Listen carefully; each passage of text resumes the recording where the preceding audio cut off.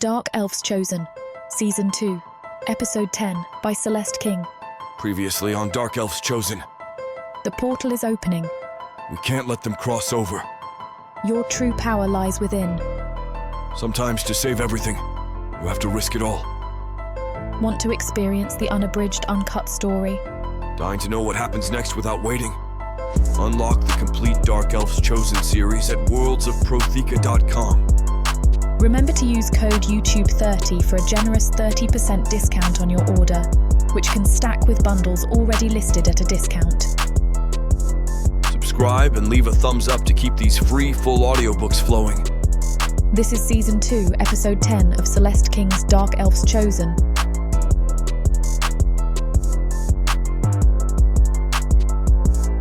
Chapter 64. Savannah. Pain tears through my body like shards of glass. Julius holds my hand, his face pale with worry. Julius, I manage to choke out. It's happening again. He grips my hand tighter. Breathe, Savannah, I'm here. Julius watches me with eyes filled with concern, his hand never leaving mine. I try to offer him a reassuring smile, but it feels like a lie. The strain of my magic flares more often now, each episode more severe than the last. Another wave of pain crashes over me, more intense than before.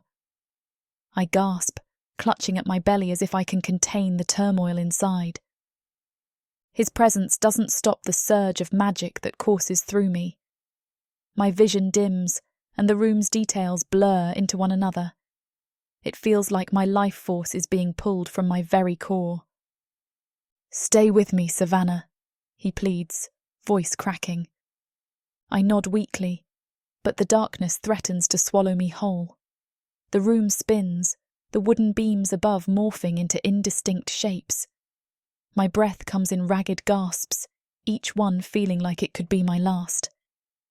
Elora bustles around the room, her hands moving with practiced speed. We need more water, she shouts. Ranica rushes to comply, her expression grim. The once warm and inviting enclave now feels like a prison cell, its stone walls closing in on me. I try to focus on Julius's face, but my vision blurs.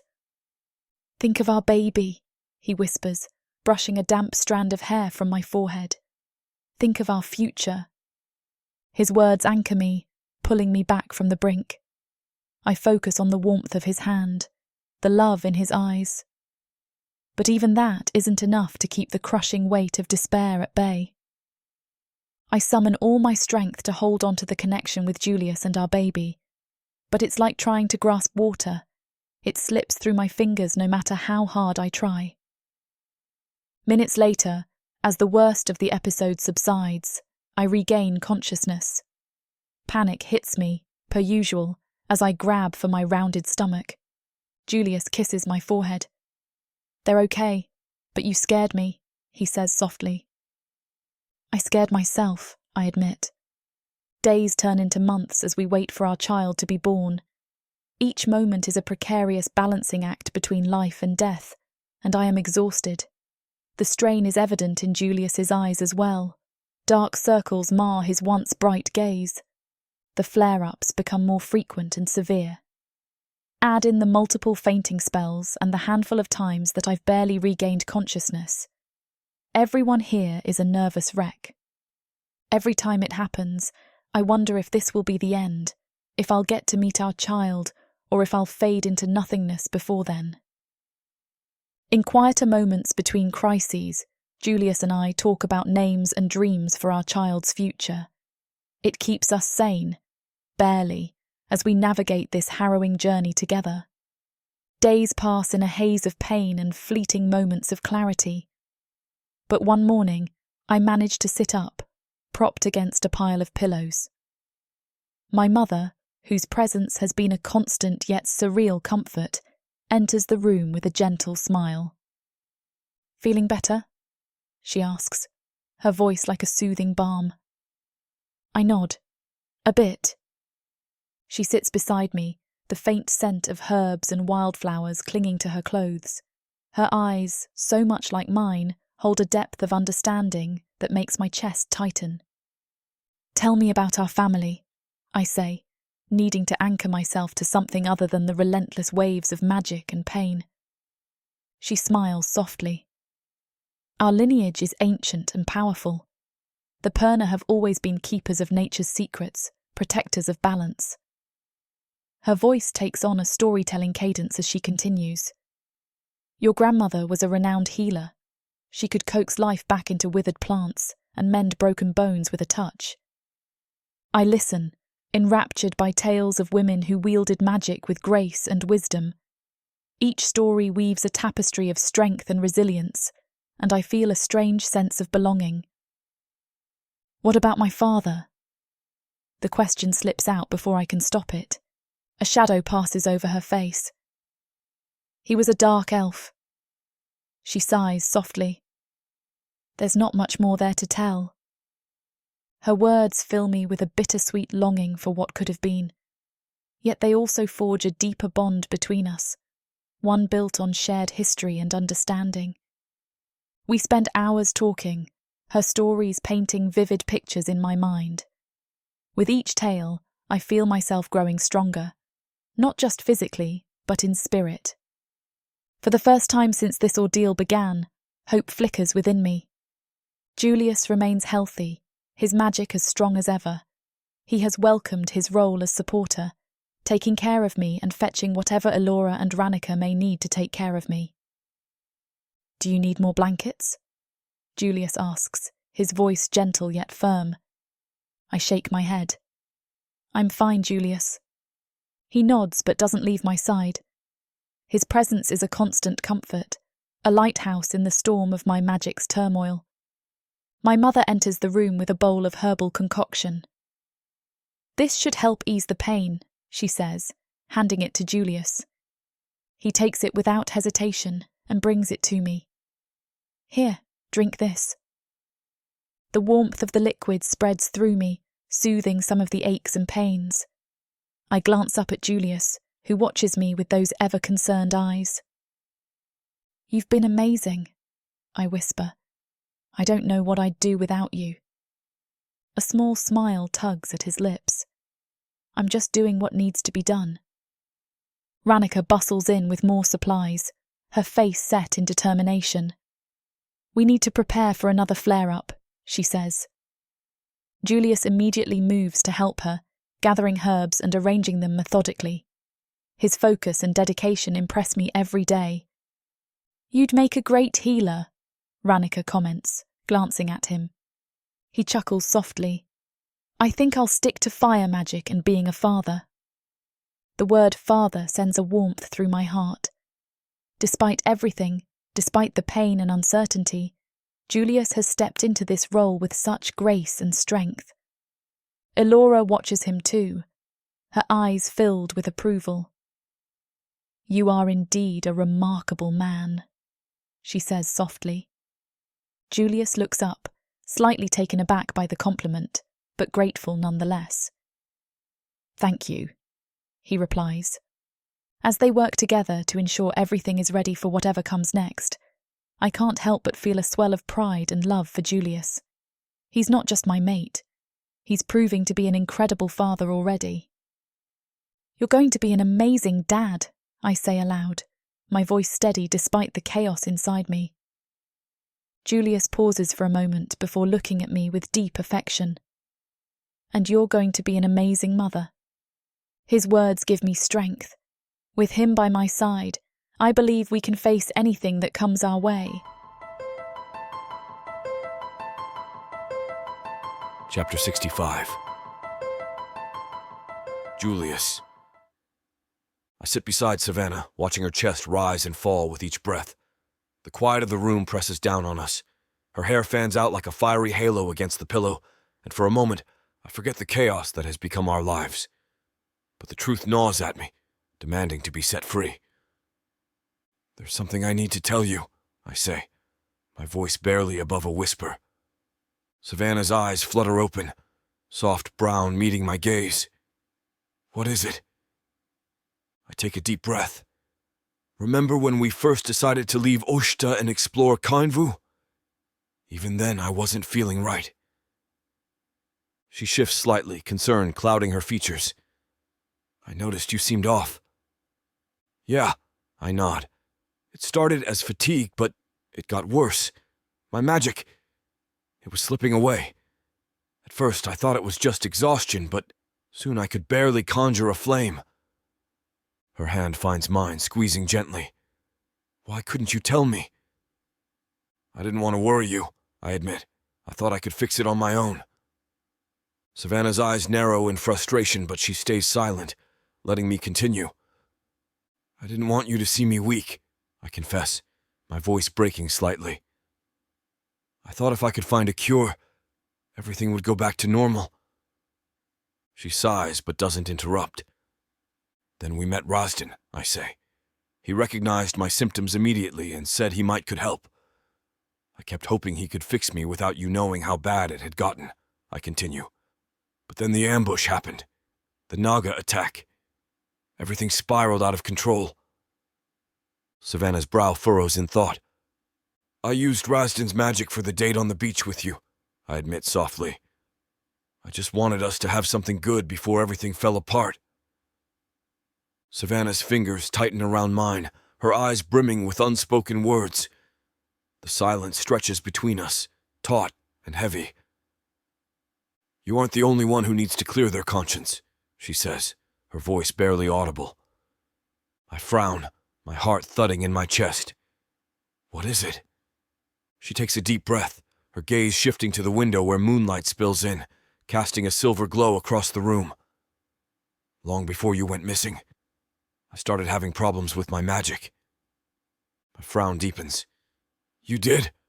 She nods, her expression pained. It started small, just little things at first, but it quickly got out of hand. Her words cut deep. Savannah, you should have told me. We could have faced it together. I was scared, she admits. Scared that if I told you, you'd look at me differently. Scared of what it meant for us. For our future. I brush her hair away from her pale face. It started flaring uncontrollably, and I didn't want to burden you with another problem when you were already struggling. I stare at her, the implications sinking in. So all this time, you've been dealing with this alone? She squeezes my hand tightly. Yes, and I'm so sorry, Julius. I didn't want to hide it from you. I just didn't know how to tell you. My heart aches for her, for both of us, and the secrets we've kept from each other. Savannah, I say softly, lifting her hand to my lips and kissing her knuckles gently. We're in this together now. No more secrets. She nods, fresh tears streaming down her face as she leans into me. The quiet of the room envelops us once more, but this time it's filled with a tentative sense of understanding and shared resolve. I'm the reason you went missing, she admits tearfully. I blink in surprise. What do you mean? My uncontrolled magic, Savannah continues, her voice quivering with guilt.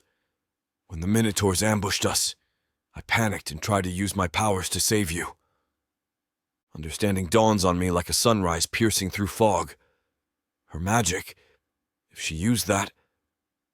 Maybe, I murmur, piecing it together aloud.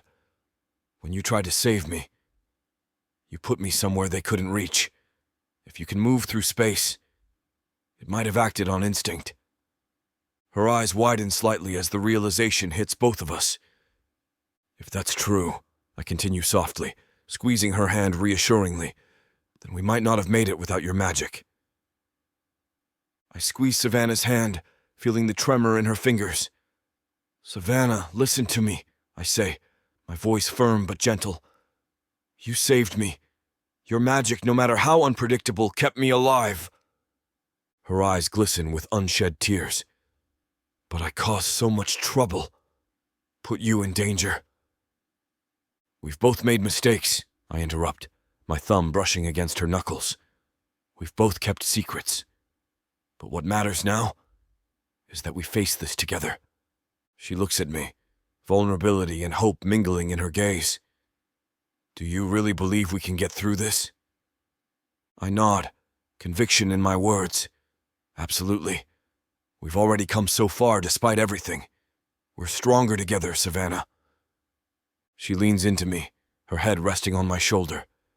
The warmth of her body seeps into mine, and for a moment the world outside ceases to exist.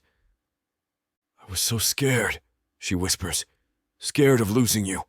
Scared of what my magic could do. I tighten my arm around her. I know the feeling all too well, but fear can't dictate our actions anymore. We need to be honest with each other. She nods against my shoulder, her breath warm on my neck. From now on, I continue, no more secrets.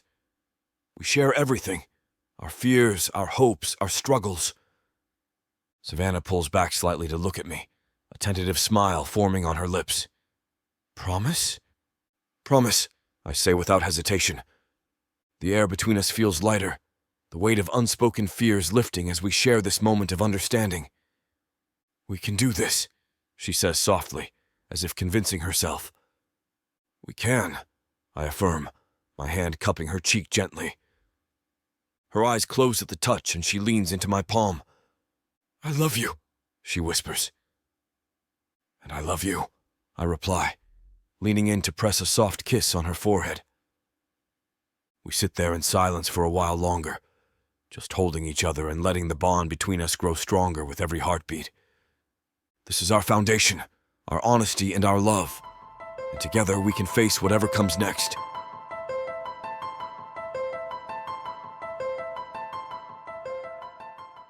Rosenfire, our family holds great weight and power in Orthani, and yet I hear whispers. Do you think he can take him? There is no way that this could happen. No more books. I can't remain locked in this ivory tower a moment longer. She's perfect. The Baron's daughter must be found. Julius, we shouldn't. Why shouldn't we? I am not a full dark elf. I do not possess their ethereal beauty. How will I find a mate? The lowly Baron's son apparently has shown that he has the same gift of fire-wielding as I, if not stronger.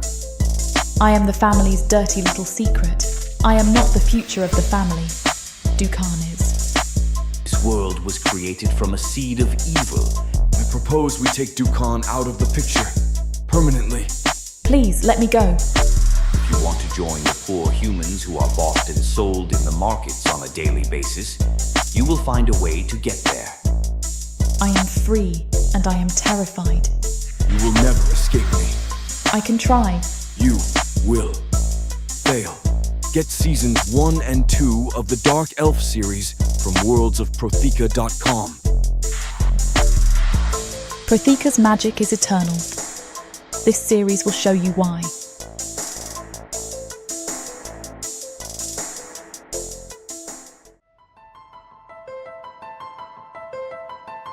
Chapter 66. Savannah. The scent of burning sage fills my bedroom as I watch Ranica stand before the Perna Coven. My condition wouldn't allow for me to attend her initiation ceremony, so my mother convinced the clan to perform Ranica's ritual here. Despite the fact it's a little cramped in here, I'm grateful to be able to watch Ranica find her home amongst the Perna. Ranica's eyes, sharp and calculating, flicker over each face with a mix of caution and determination. Another matriarch, a formidable woman with silver-streaked hair, narrows her gaze. Ranica, she begins, her voice echoing off the stone walls. Why do you seek refuge among us? Ranica meets her gaze unflinchingly. I seek not just refuge but purpose. I've seen many things in my time, and I believe my visions can aid your coven. The matriarch's eyebrow arches. Visions? What proof do you offer of these abilities? Without hesitation, Ranica closes her eyes. A moment later, a faint glow surrounds her, and the room falls silent. When she speaks again, her voice carries an otherworldly resonance. The storm will come from the east, she intones, bringing with it both ruin and rebirth. A murmur ripples through the assembled Purna. The matriarch's eyes narrow further, but she doesn't interrupt. When Ranica's eyes flutter open, the glow dissipates. "That is but one vision," she says softly. The matriarch stands, crossing the room with slow, deliberate steps until she stands before Ranica. "We shall see if your visions hold truth," she says finally. "For now, you are welcome among us." Relief washes over Ranica's face as she inclines her head in respect. She looks over at me and the biggest smile crosses her face. I can't help the tears that form in my eyes. I blame the pregnancy hormones. I've never been more proud of her than I am now. I'm not sure where I would have ended up within this crazy journey if it wouldn't have been for her. Over the next few weeks, I observe Ranica integrating herself into the coven's daily life with ease and humility. She helps gather herbs with a practiced hand and shares her knowledge of healing potions with those who ask. One evening, as we sit around a fire, one of the younger Purna approaches Ranica hesitantly. "Can you teach me how to see visions?" she asks, eyes wide with curiosity. Ranica smiles gently. "It takes time and practice," she replies, "but I'll guide you as best I can." Word spreads quickly of Ranica's willingness to share her knowledge, and soon more come to seek her out for guidance. "You're making quite an impression," I whisper to her one evening as we walk back to our quarters. Ranica chuckles softly. "I'm just doing what I can," she says modestly. Every day Ranica comes to visit me. She brings with her the calming presence I so desperately need. As soon as she enters my room, the tension in my muscles eases just a little. Her bag always bulges with various herbs, their earthy scents filling the air as she opens it. "Good morning, Savannah," she says with a gentle smile, setting her bag down on the small wooden table beside my bed. "Morning, Ranica," I reply, my voice barely above a whisper. The nights have been long and restless. "How are you feeling today?" she asks, as she sets down her bag and begins unpacking her supplies. "Better," I say, though my voice still wavers with the fatigue that never seems to fully leave me. "Thanks to you." She pulls out a bundle of lavender and sage, placing them in a small bowl before lighting them with a simple flick of her wrist. The smoke spirals upwards, filling the room with a soothing aroma. I breathe it in deeply, feeling a small measure of calm wash over me. "These should help with your anxiety," she explains, as she hands me a cup of tea made from chamomile and valerian root. "Drink this slowly." I take the cup gratefully, feeling the warmth seep into my fingers as I sip the bitter liquid. It's not pleasant, but it helps. Ranica sits beside me, her presence a silent comfort. "Let's try some meditation today," she suggests after I finish the tea. "It will help center your mind and ease the strain on your magic." I nod, closing my eyes as she instructs. Her voice guides me through deep breathing exercises and visualizations. I imagine roots growing from my feet into the earth, grounding me and drawing strength from its depths. "Feel the energy of the earth flowing into you," she says softly. "Let it calm your spirit and steady your magic." As we meditate together, I can feel some of the chaotic energy within me begin to settle. The tension in my chest loosens, replaced by a sense of peace I haven't felt in days. When we finish, Ranica places a hand on my shoulder. "You're doing well," she assures me. "Your strength will return in time." Her words are like a balm to my frayed nerves. "Thank you, Ranica," I murmur. She smiles warmly. "Rest now. I'll be back tomorrow." "You know," I say after a moment, "I don't know what I would do without you." Ranica's expression turns gentle. "You're stronger than you think, Savannah. But I'm glad I can be here for you." Our bond has deepened over these weeks. We've shared stories, laughter, and tears in equal measure. Ranica has become more than just a healer. She's a friend who understands my fears and hopes without needing many words. "Do you ever miss your old life?" I ask her one afternoon as we sit by the window, the sun casting golden light over us. Ranica looks thoughtful for a moment before shaking her head. "Not really. I've found a new purpose here with the coven, and with you." Her words fill me with warmth. Despite all the chaos and uncertainty surrounding us, there's comfort in knowing that we have each other to lean on. "I'm grateful for you," I tell her sincerely. "And I for you," she replies with a smile that reaches her eyes. In these quiet moments of connection, I find the strength to face each new day. Ranica's unwavering support is a beacon of light in this tumultuous journey, and I hold on to it tightly, knowing it will guide me through whatever lies ahead.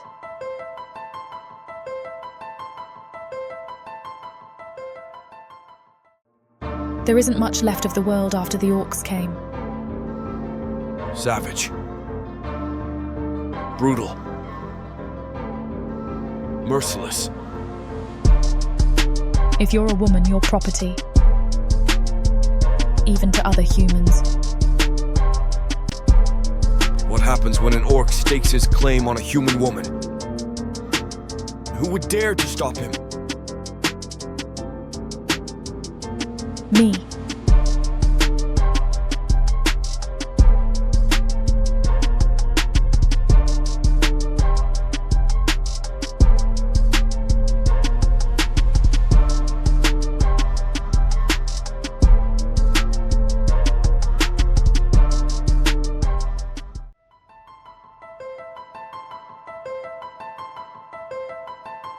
Chapter 67.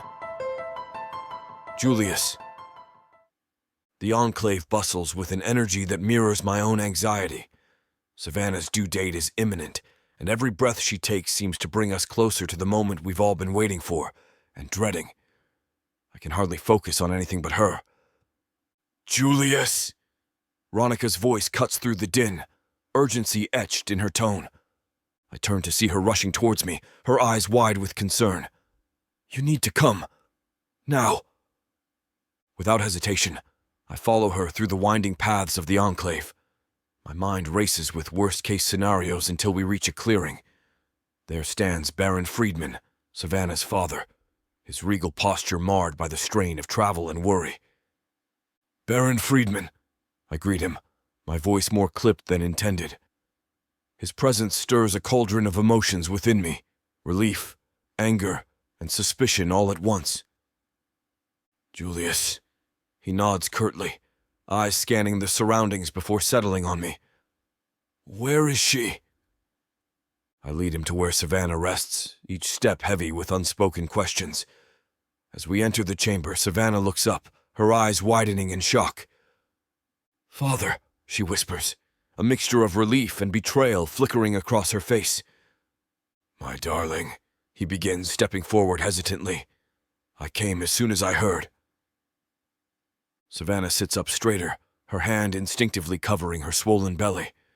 Her eyes dart between me and her father, the weight of our presence pressing down on her. The room feels charged, like the calm before a storm. Her lips part as if she's about to say something, but the words seem to catch in her throat.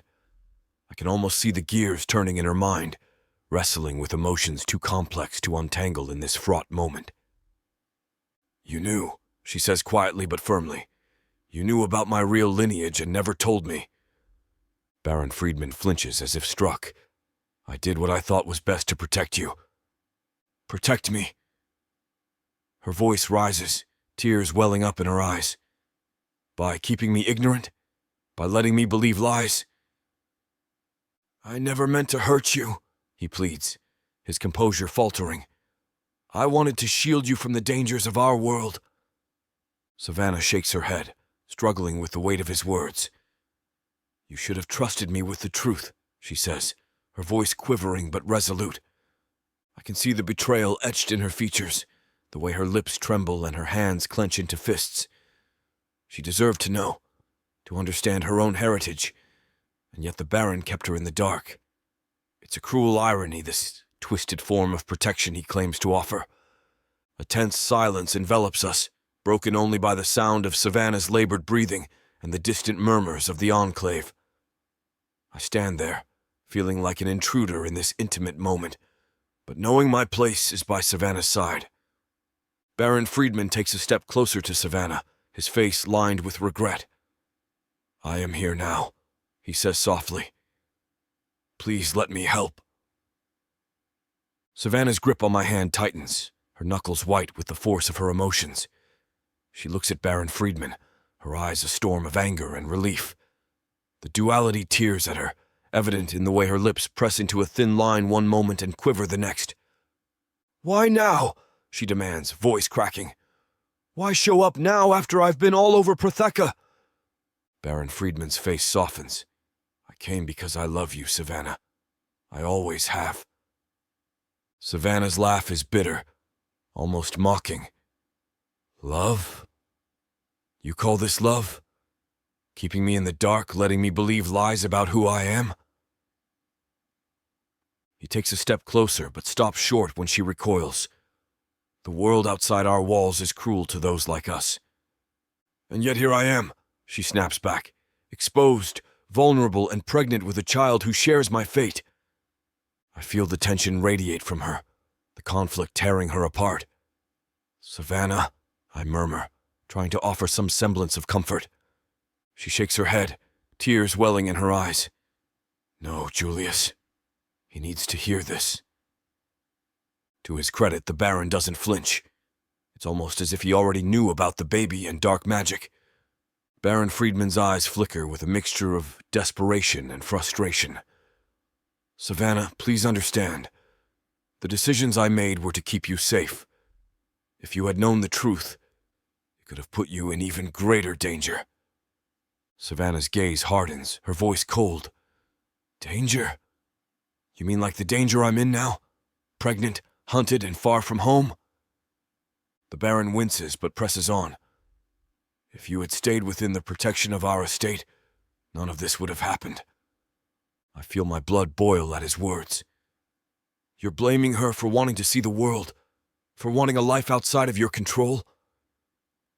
His eyes snap to mine, and I see the simmering anger there. "You," he spits out. "You are the reason she is in this mess. If she hadn't met you, she would still be safe."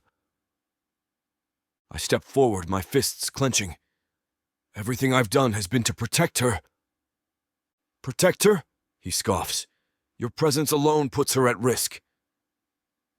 Savannah's grip on my hand tightens, a silent plea for me to stay calm. Her touch is a soothing balm against the inferno of my rage, yet it's hard to suppress when every fiber of my being wants to lash out, to make him pay for his accusations. Her wide, worried eyes search mine, begging for restraint, but my fists are already twitching with the urge to ignite. "I've been trying to keep her safe," I retort, my voice shaking with barely restrained fury, the heat of my anger threatening to ignite the very air around us. Every word feels like a battle cry, a desperate attempt to defend my actions even as his accusations cut deep. "And yet look at her," Baron Friedman counters, his voice rising. "Pregnant with a child whose very existence could endanger them both." Savannah gasps, the sound tearing through me like a knife. "Father, stop it.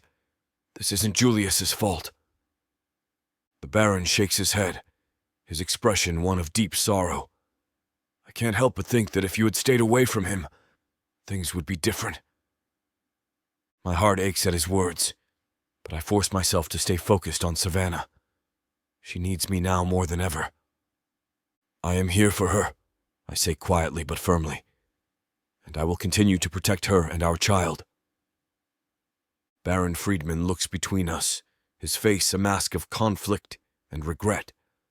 The tension in the room is palpable, an invisible barrier that keeps us from truly understanding one another. His eyes narrow, and I can see the anger boiling beneath his calm exterior as he steps forward, closing the distance between us. "You don't understand the consequences of your actions," he says through gritted teeth. "Father, stop!" Savannah pleads, her voice trembling with desperation. Her words, however, fall on deaf ears as the tension between us escalates like a storm ready to break. I will not stand by and watch my daughter be dragged into ruin, he continues, his voice rising. I take a careful step back, raising my hands in a gesture meant to calm. I'm not here to fight you, I say, my voice steady but firm. I can feel the heat of my own anger simmering beneath the surface, barely contained. But he's beyond reasoning. In a swift motion, he lunges at me, his fist aimed squarely at my jaw. I barely have time to react, stumbling backward as pain explodes across my face. Father, no! Savannah screams, rushing between us. Baron Friedman halts, his chest heaving with rage. You have no idea what you're dealing with, Julius, he spits out. You've put her life in danger! Savannah's hands press against his chest, pushing him back. Enough! This isn't helping anyone. He glares at me over her shoulder. He's a threat to you and our family. She turns to face him fully, her eyes blazing with fury and tears. I need answers, Father. Why didn't you tell me about my mother? Why did you keep all this from me? He looks down, his fists clenching and unclenching at his sides. I made mistakes, but everything I did was to keep you safe. Savannah shakes her head, tears streaming down her cheeks. You need to start telling the truth. All of it. Baron Friedman's shoulders slump slightly as he exhales a shaky breath. His gaze shifts from Savannah to me and back again. The tension in the room remains thick, but there's a flicker of something else. Regret? Guilt?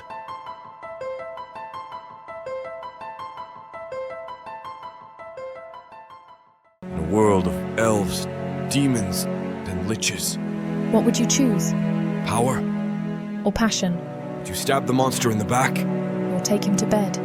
The immersive fantasy audiobook bundle has it all. Go to worldsofprathika.com to get access. Use code YouTube30 to get an additional 30% off. Prathika's magic is eternal. Audio bundles will make it immersive.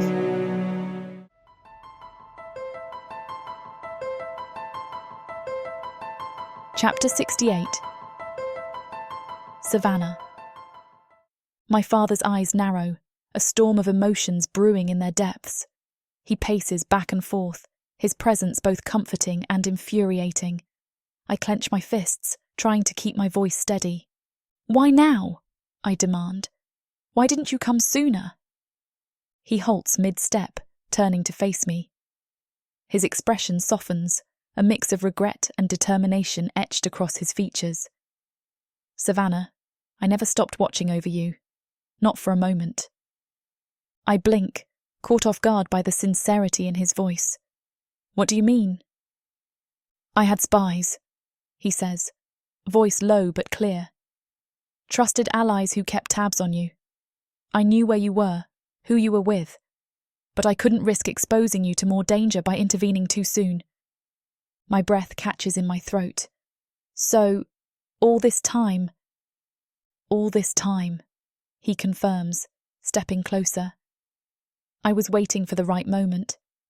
When I heard about the minotaurs and the dark magic, when I realized how much peril you were truly in, I couldn't stay away any longer.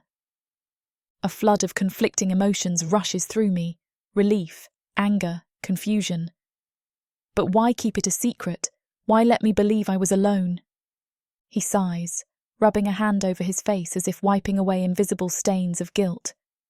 I wanted you to have the freedom to live your life without constantly looking over your shoulder, to grow strong on your own terms. My voice trembles with a mix of frustration and disbelief. I almost died multiple times. Julius almost died. His jaw tightens, eyes hardening for a brief moment before softening again. And every time you survived, you fought back. He pauses, taking a deep breath. You've become more powerful than I ever imagined. His words hang in the air, heavy and suffocating. I want to scream, to rage against the unfairness of it all. But instead, I just stand there, staring at him. Powerful, I echo, my voice barely above a whisper. I didn't ask for this power. I didn't ask for any of this. I know, he says softly, and I'm sorry. Sorry? The word tastes bitter on my tongue. Sorry doesn't change what happened.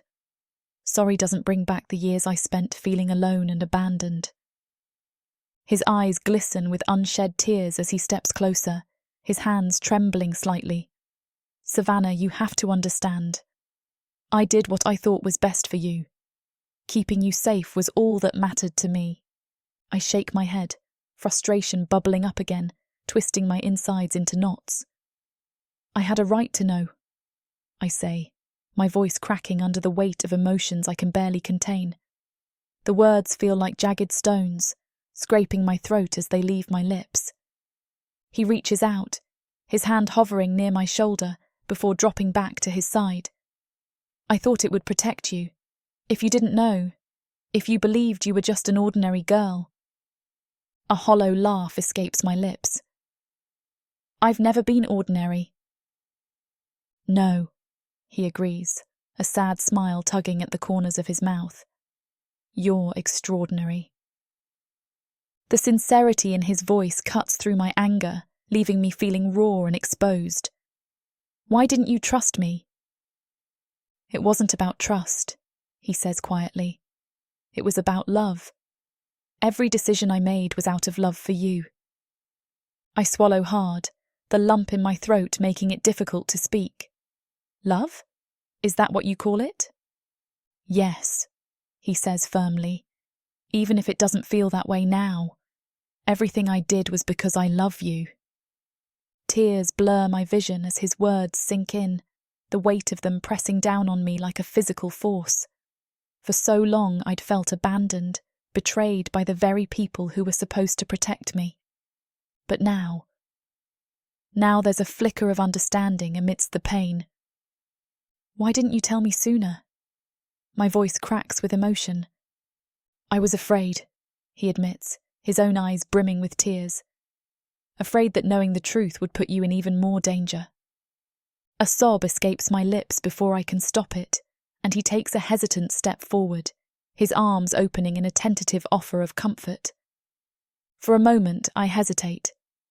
Then, with a shuddering breath, I step into his embrace. His arms close around me, holding me tight as if he's afraid to let go. I'm so sorry, he whispers against my hair. I cling to him, the anger and confusion ebbing away as his warmth surrounds me. It's been so long since I felt this safe, this loved. I needed you, I murmur into his chest. I needed you and you weren't there. He strokes my hair gently, his touch both comforting and heartbreaking. I know, Savannah, and for that, I am truly sorry. I pull back slightly, just enough to look up into his eyes. They're filled with regret and something else, something deeper that speaks of years spent in silent agony. You really did it all for me? I ask softly. Yes, he says, voice barely above a whisper. Every decision, every secret. It was all to protect you. I search his face for any sign of deception but find none. Instead, I see a man who has sacrificed so much for the sake of his daughter. A man who loves me more than I ever realized.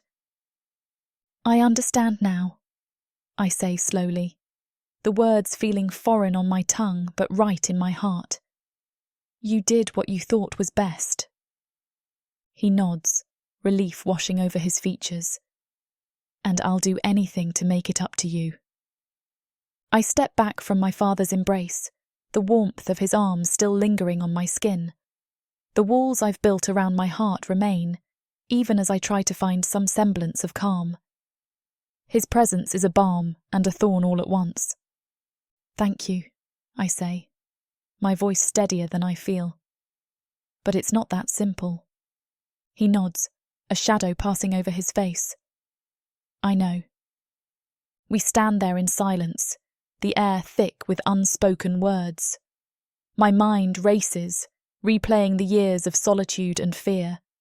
His explanations make sense, but they don't erase the pain. They don't erase the memories of feeling utterly alone. I need time, I admit, breaking the silence. time to process everything. He sighs, a heavy sound that echoes my own turmoil. Take all the time you need, Savannah. I'm here now, and I'm not going anywhere. I want to believe him, but doubt gnaws at me. The years of secrets have left scars that won't heal overnight. Trust isn't something that can be mended with a few heartfelt words. Why didn't you tell me about my mother? I ask, my voice barely above a whisper, each word heavy with the weight of years spent in ignorance and longing. The silence that follows feels suffocating, like the walls of the mansion closing in on me, a stark contrast to the freedom I yearn for. His eyes darken with regret. I thought it was for the best, to protect you from more pain. I shake my head, frustration bubbling up again.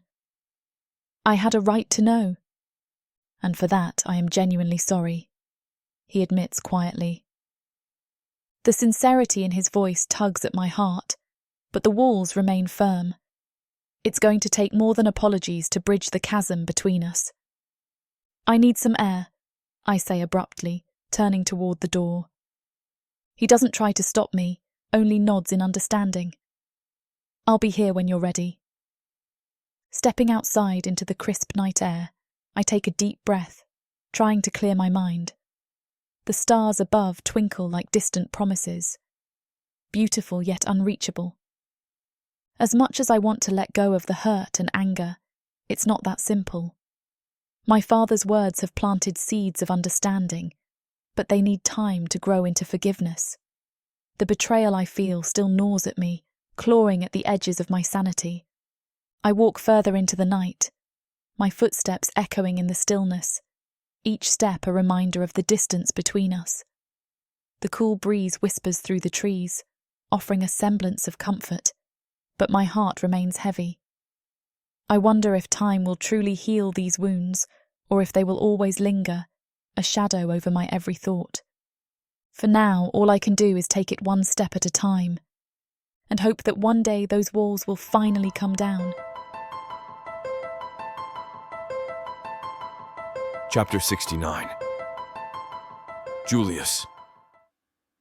To her credit, Alora didn't throw the Baron out of her home. It seemed like she would tolerate him as long as it was good for her daughter, just like Razdan and I. You call this dinner?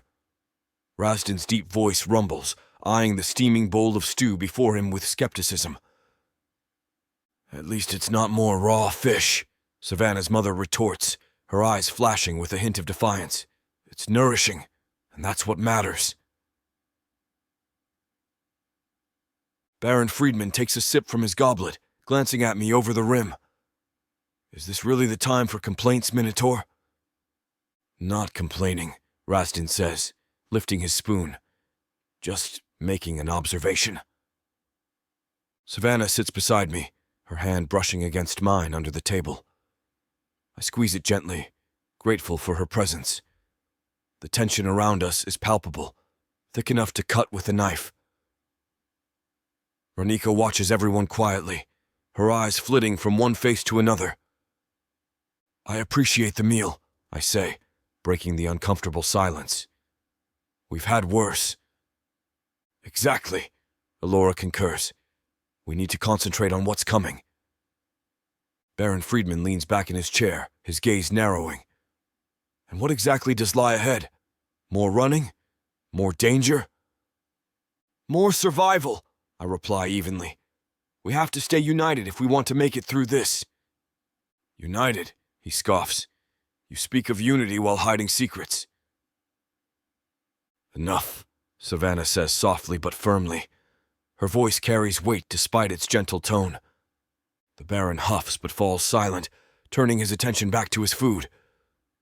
Savannah's mother clears her throat. We must focus on our next steps and how we can help Savannah and the baby. Ranica nods in agreement. Agreed. We need to plan our journey to Praj carefully. And pray that the Purna can help, Razdan adds, his voice softer now.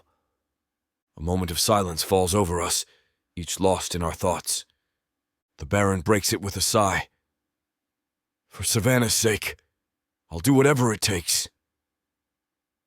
Savannah looks up at him, her eyes shimmering with unspoken gratitude and a hint of the innocence that still clings to her. "Thank you, Father," she whispers, her voice barely audible but laced with sincerity and hope.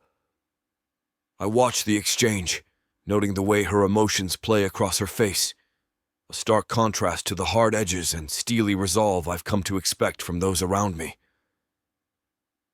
The conversation shifts back to practical matters, supplies needed for the journey, potential threats along the way, but the underlying tension remains, a reminder of our fractured bonds and the long road ahead. I look around the table at this unlikely assembly of allies and family members, each carrying their own burdens and secrets. For now, though, we share a common goal, keeping Savannah safe and finding a way to secure our future. Even in our dysfunctionality, there's a flicker of hope, a fragile but resilient thread that binds us together in this turbulent time. With the tension settled, the dinner takes on a lighter tone. Razdan chuckles, the sound a deep rumble that seems to reverberate through the room. "You should have seen the time I accidentally set fire to my own forge. Took a week to rebuild it." Savannah laughs, her eyes twinkling. "How do you even manage that?" "Overconfidence," Razdan replies, grinning. "Thought I could outsmart a stubborn piece of metal. Turns out fire has its own mind." Elora raises an eyebrow. "A lesson in humility, then." Ranica leans forward, her voice soft but clear. "I remember when my vision started manifesting. I saw an entire village burning, and it terrified me." She pauses, eyes distant. "But then I realized it was just a warning, not a certainty." "Did you save them?" Savannah asks, curiosity piqued. Ranica nods. "Yes, with the help of a few brave souls." She smiles faintly. "Visions are tricky, though. They don't always show the full picture." I glance at Savannah, catching her gaze. Her smile is warm and genuine, a stark contrast to the tension we've been living under. Elora gestures with her hand, conjuring a small orb of light that floats above her palm. "Magic can be unpredictable," she says, watching the orb spin and change colors. "But it's also beautiful when controlled." Savannah's eyes widen in delight as she watches the orb dance in the air. "Can you teach me that?" Elora smiles kindly. "Of course, it's all about focusing your intent." I feel a surge of warmth at seeing Savannah so animated and engaged. Her enthusiasm is infectious. Razdan rolls his eyes good-naturedly. "Show-offs." He raises his hand and summons a small flame, which he deftly shapes into a miniature dragon that flaps its wings before dissipating. "Impressive," I admit. Savannah giggles. "You two should have a magic off." Elora and Razdan exchange amused glances, their eyes sparkling with silent laughter, before shaking their heads in unison, as if sharing some private joke at my expense. "Magic isn't just for show," Elora says gently. "But it can be fun," Ranica adds with a wink. We all burst into laughter, the sound echoing through the room and lifting some of the heaviness from our hearts. It feels almost foreign, this lightness, as if we're borrowing it from another life. I catch Elora's eye and see a warmth there that softens her usual stern demeanor. Even Razdan's ever-present wariness seems to melt away, replaced by a rare moment of genuine amusement.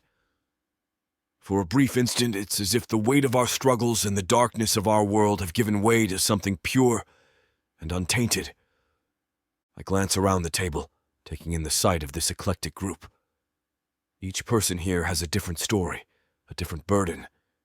Yet, for this moment, we share a common purpose: keeping Savannah safe, finding a way to secure our future. "You know," Baron Friedman says, his tone less sharp than usual, "we might just make it through this if we can keep our heads straight."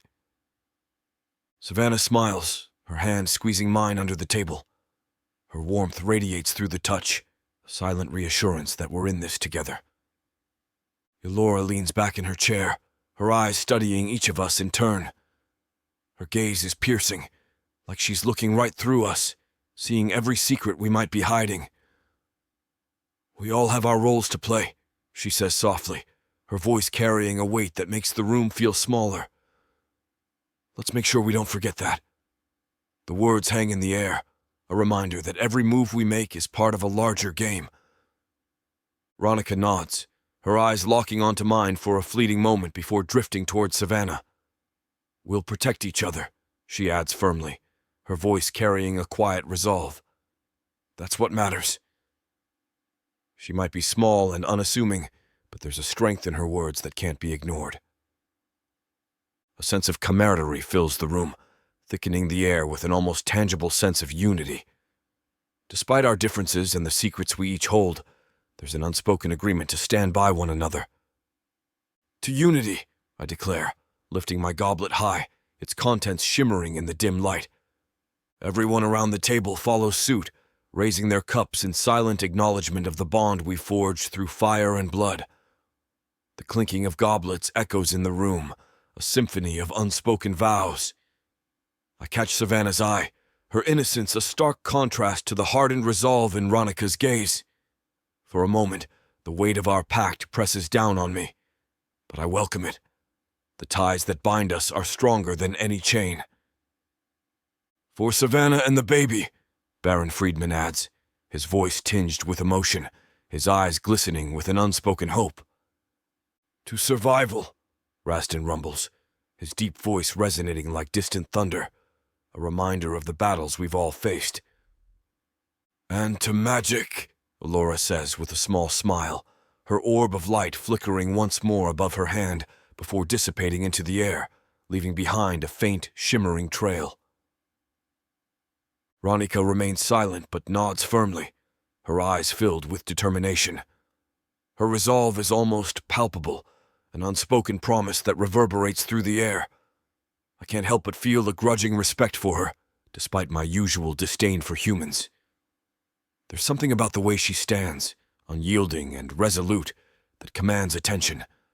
The fire within her, though different from my own, is undeniable. We clink our goblets together, the sound echoing through the room like a promise, a vow to protect each other and face whatever comes next as a united front.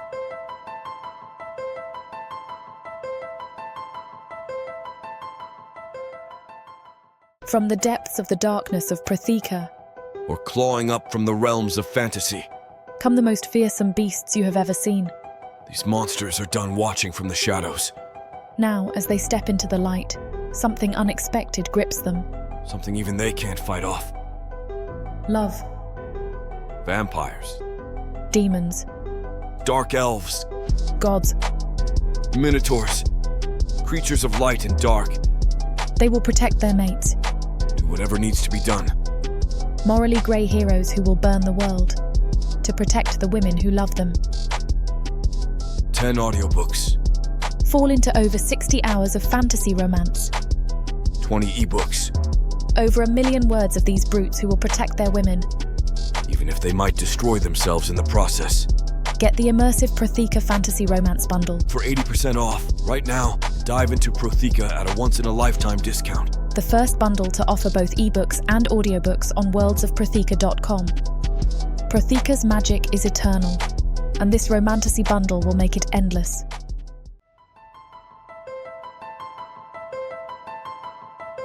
Chapter 70. Savannah. Julius wraps his arms around me as we lay in bed, the moonlight filtering through the window casting a soft glow on his face. His warmth seeps into me, and I let out a breath I didn't realize I was holding. "Hey," he murmurs, brushing a strand of hair from my face. "It's been quite a day, hasn't it?" I nod, feeling the weight of everything pressing down on me. It's just so much. "We'll get through this," he says firmly. "Together." I shift to look into his eyes, searching for the confidence I need. "Do you really believe that? With everything that's happened?" His gaze never wavers. "Yes, we've faced worse, Savannah, and we've come out stronger each time."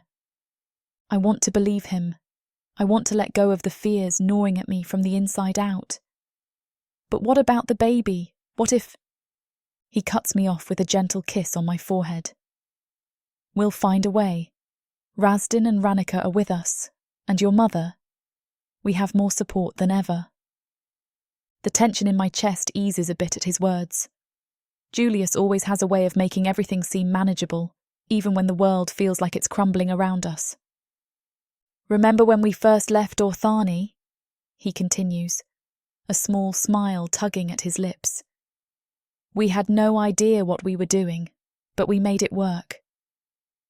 I chuckle softly, the memories of our clumsy attempts at navigating unfamiliar lands and people flooding back. I can almost hear the laughter and feel the stumbles we shared. Yeah, we did. And we'll do it again, he says, his tone resolute and eyes burning with that familiar fire.